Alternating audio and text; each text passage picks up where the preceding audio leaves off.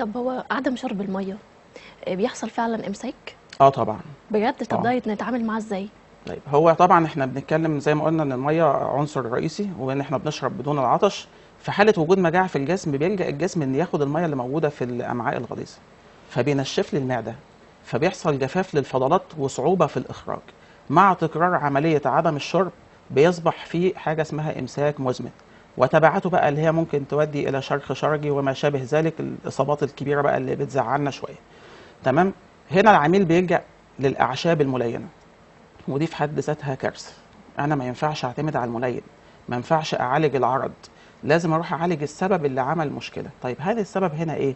لو السبب شرب ميه، طب ما تشرب ميه، هو ما اسهل الملين ليك. بيعمل مشكله؟ طبعا الاعتياد على ده في ناس الملين. عايشه عليه.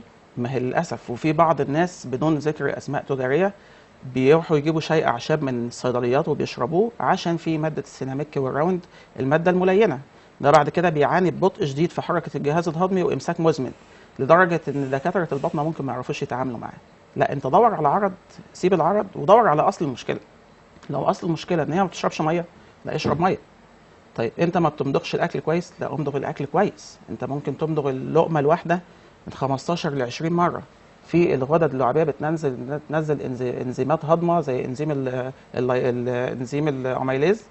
فبدايه عمليه الهضم بتبدا من الغدد اللعابيه من الفم، فخلي الاكل ينزل سهل على الجهاز الهضمي.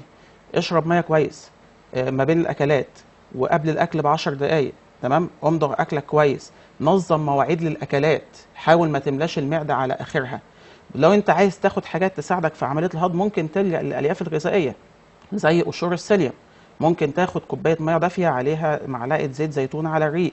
تمام. دي حاجات هتسرع معاك. حاول تنشط الميكروبيوم اللي هي البكتيريا النافعه في الامعاء. ممكن تاخد لبن رايب قبل النوم.